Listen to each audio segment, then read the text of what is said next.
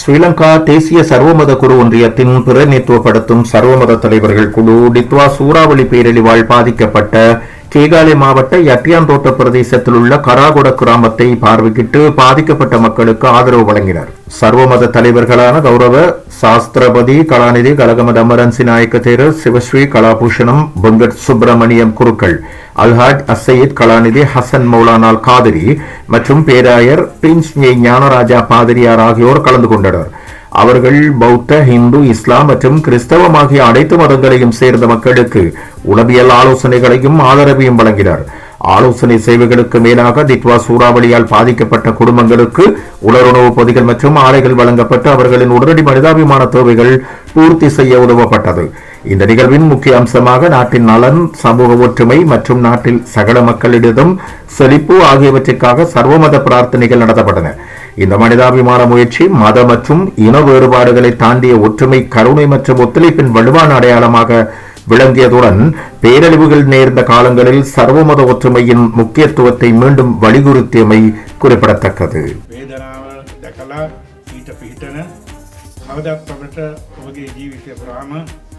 ආශිර්වාද කරන ආගමික පූජක පූජ්‍යයන් වහන්සේලා හැටියට විශේෂයෙන්ම මේ රටේ සංඝයා වහන්සේලා අන්‍යාගමික පූජක උතුමනුත් පෞද්ගලික වකවානුව තුළ අපි දැක්කා මේ ගමතුර ඛේදවාචකය වේවා සුනාමි වේවා වෙනත් ආකාරයේ ඕනම ආපදාපන්න අවස්ථාවකදීම මුලින්ම පිහිටට එන්නේ තමන්ගේ පන්සල, කෝවිල, පල්ලිය.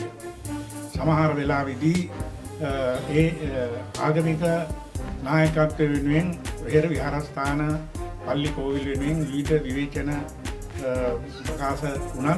මේ සර්ව ආගමික නායකයන් මම හිතන්නේ පළමු වතාවට මේ අපි විපතටපත් වුණා වූ සෙනග බෑදකලා ඒගොල්ලන්ට ආශිර්වාද කරන්න, ඒ වගේම යමක් උදව් කරන්න මේ ස්ථාන පැමිණි සිටීමගෙන අපි පළමුවෙන්ම මේ පළාත වෙනුවෙන් අපි එතුමාලන්ට අපි ගොඩාක් ස්තුතිවන්ත වෙනවා.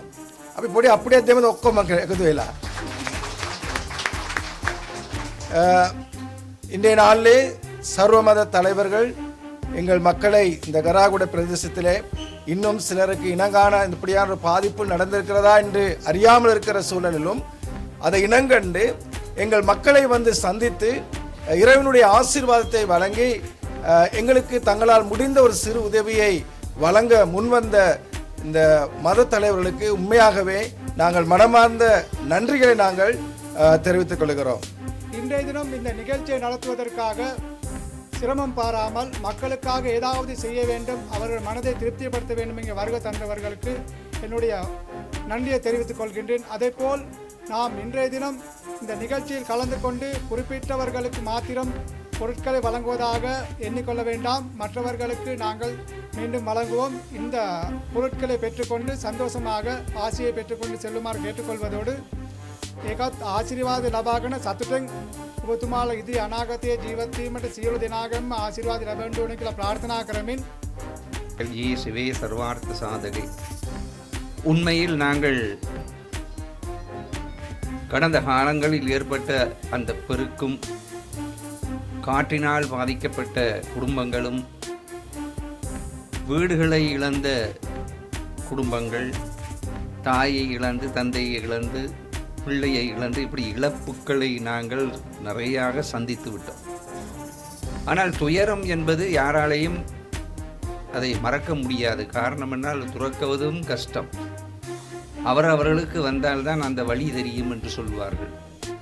இந்த துயரத்தில் நாங்கள் சர்வமத தலைவர்கள் எல்லாம் பங்கு கொள்ள வேண்டும் என்ற ஒரு நல்ல ஒரு இரக்க சிந்தனையில் இங்கு நாங்கள் வந்திருக்கின்றோம்.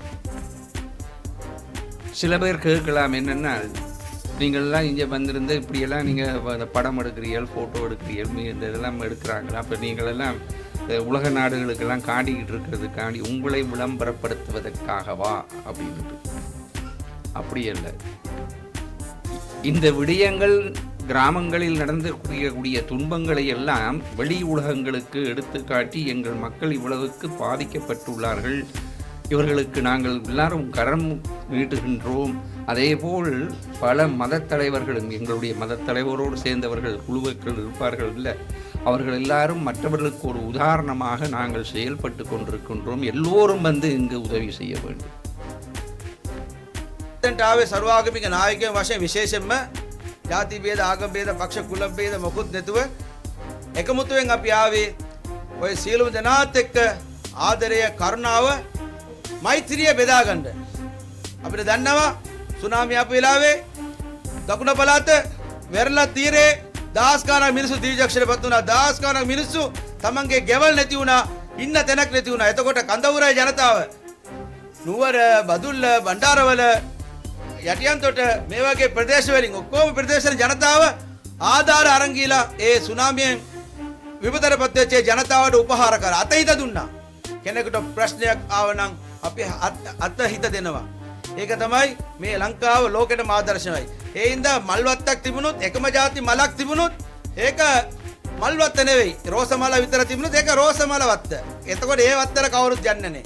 ඔක්කොම මල් තිබුණු තමයි ඒක மல்வத்த ஃப்ளவர்ஸ் கார்டன் கீழே කියනවා අපි. பூந்தோட்டம் கீழே කියන්නේ. உண்மையிலே வந்து இன்றைக்கு பாருங்க, நீங்கெல்லாம் பாக்கியசாலிகள். நீங்கெல்லாம் பாக்கியசாலியான மக்கள். இங்கே சிங்கள மக்கள் இருக்கின்றீர்கள், தமிழ் மக்கள் இருக்கின்றீர்கள், கிறிஸ்துவ மக்கள் இருக்கின்றீர்கள், முஸ்லீம் மக்கள் இருக்கின்ற பாருங்க, எல்லாரும் ஒன்றா இருக்கும். எவ்வளோ ஒரு சந்தோஷம். ஒரு பூந்தோட்டத்தை எடுத்துக்கொள்ளுங்கள். இப்போ பேராதனிய கார்டன், பூந்தோட்டத்தில் அக்கல கார்டன், ஒரு பூ மட்டும் இருந்தால் யாராவது இந்த கார்டனுக்கு போவாங்களா? ஒரு பூ எல்லாமே மஞ்சள் பூ, அப்படி ஆசைப்போ எல்லாமே சோப்பு பூ இதை போவாங்களா? ஒரே ஜாய் பூ தான் கார்டன் இல்லை. ரோசப்பூ மட்டும் இருக்கிற தோட்டம் இருந்தால் அது என்ன தோட்டம்? பூந்தோட்டமா? இல்லை, ரோசப்பூ தோட்டம். அதுக்கு ரோசப்பூ தான். எல்லா பூக்களும் ஒன்று சேர்ந்து அதுதான் மல்வத்த பூந்தோட்டம், ஃப்ளவர் கார்டன். ஃப்ளவர்ஸ் கார்டன் என்றால் தான் எல்லாரும் போவாங்க, பசுந்து அழகு பார்க்க போவோம். அதுபோல் இங்கே நீங்கள்லாம் ஒரு ஃப்ளவர் கார்டன் போல் இருக்கிறீங்க, ஒரு பூந்தோட்டம் போல் இருக்கிறீங்க. எல்லா மக்களும் ஒரு கூரைக்கு கீழே ஒன்றாக இருக்கும் பொழுது எங்களுக்கு இந்த நாட்டுக்கு வெள்ளைக்காரரிடமிருந்து சுதந்திரத்தை பெற்று தந்த எங்கள் தலைவர்கள், சிங்கள தலைவர்கள், தமிழ் தலைவர்கள், முஸ்லிம் தலைவர்கள், கிறிஸ்துவ தலைவர்கள் 1948 பிப்ரவரி மாதம் 4ஆம் தேதி எமக்கு நாம் எல்லாம் இப்படி சந்தோஷமா ஒற்றுமையாக வாழணும் என்ற சுதந்திரத்தை பெற்று தந்தார்கள். அன்று இன்று அவர்கள் இருந்தால் சந்தோஷம் அடைவார்கள். எங்களுடைய முயற்சி இன்று மக்கள் எல்லாம் ஒற்றுமையா இருக்கின்றீர்கள் என்று பாருங்கள். எங்கள் நாட்டுக்கு ஒவ்வொரு அனர்த்தங்கள் வரும் பொழுது இந்த நாட்டிலே உள்ள மூவின சமூகமும் ஒன்றுபட்டு ஒரு தாயிட புள்ளையில போல ஒத்துமை ஒன்று சேர்றது. இது ஒரு உலக நாட்டுகளுக்கே ஒரு பெரியோரு ஒரு முன் உதாரணமாக முன்மாதிரியாக இருக்கின்றது. පළවෙනි මම බ්ලස් කරලා පසු සොල්ප කතාවක් ඔබට වචනයක් කියන්න කැමැති. පියාණන් වහන්සේගේද පුත්‍රයාණන් වහන්සේගේ ශුද්ධාත්මනාසගේ නාමයෙන් ආමේන්. විශේෂයෙන් කරුණු තුනක් මම මේ ස්ථානයේ එනකොට කල්පනා කරා. I want to speak three things especially through the media. When the once upon the time I believe 2004 2004 වෙනි වර්ෂයේදී විශාල සුනාමියක් ආවා. පෙරියොරු සුනාමි වන්දන 2004. එතකොට කන්දු ප්‍රදේශයේ සැලකෙනියෝ අයියෝ අපට ආධාර නැහැනේ, අපට ආශිර්වාද නැහැනේ. ඔක්කොම මූද වෙරළ ඉන්න නැගිනහිර කට්ටි කොළඹින් ආයතනේ ඔක්කොම ලැබෙනේ මාතර පැත්තේ තමයි ලැබෙනවා කියන්නේ. මොකද සුනාමි ඒ පැත්තට තමයි ගැව්වේ. මුල්ලතීව පැත්තට හොඳට වැදුනා. 40 සැනක සායන වීදම විනාශය.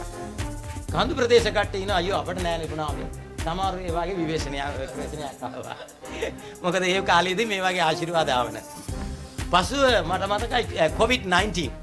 You know that name called COVID-19, Corona. COVID-19 කියන්නේ 2019 වලින් තමයි ඒක ආරම්භ වුනේ. ඒ නිසා තමයි COVID-19 කියන්නේ.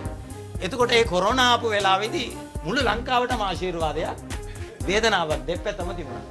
අමාරු අපි මාස්ක් නැතුව යන්න බෑ. හැමෝම ඒ වගේම හැමෝටම ආශිර්වාදයක්. විවිධාකාර ආශිර්වාදයක්. නැහැදී ආශිර්වාද කර ආධාර ලැබුණා. ஆண்டுවෙන් ලැබුණා. හැම දෙයක්ම ලැබුණා. வசிக்கக்கூடிய நாங்கள் ஒற்றுமையாக இருக்க வேண்டும் என்பதைத்தான் இந்த இடம் எங்களுக்கு அழகாக காட்டிக் கொண்டிருக்கின்றது.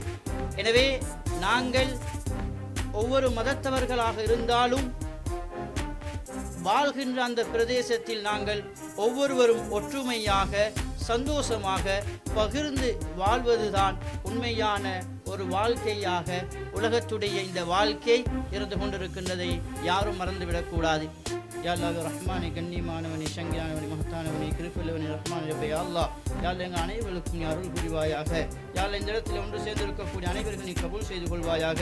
யாரெல்லாம் தியாகம் செய்கின்றார்களோ கஷ்டப்படுகின்றார்களோ யா அல்லாஹ் இந்த நிவாரண பொதிகளை ஏற்பாடு செய்தார்களோ யா அல்லாஹ் அவர்களுக்கு பரக்கத் செஞ்சிருவாயாக. அவர்களுடைய வாழ்க்கையிலே அருள் புரிந்திருவாயாக. நலவான காரியங்கள் அவர்களுக்கு கொடுத்துள்வாயாக. கெடுதியை விட்டும் அவர்களை பாதுகாத்தல்வாயாக. யா அல்லாஹ் இந்த இடத்திலே இதை ஏற்பாடு செய்திருக்கக்கூடிய அந்த சர்வமத தலைவர் அனைவரும் நீ கபூல் செய்து கொள்வாயாக. அவர்களுடைய உடம்பிலே நல்ல ஆரோக்கியத்தை கொடுத்தல்வாயாக. நல்ல சிந்தனையை கொடுத்தல்வாயாக. யா அல்லாஹ் முழு நாட்டுக்கும் யா அல்லாஹ் அவர்களுடைய சேவையை நீ கொடுத்தல்வாயாக. யா அல்லாஹ் அவர்களுடைய அனைத்து சிந்தனைகளையும் மக்களுக்காக வேண்டி பயன்படுத்துகின்றார்கள். யா அல்லாஹ் அவர்களுடைய அனைத்து விடயங்களையும் நீ ஏற்றுக்கொள்வாயாக.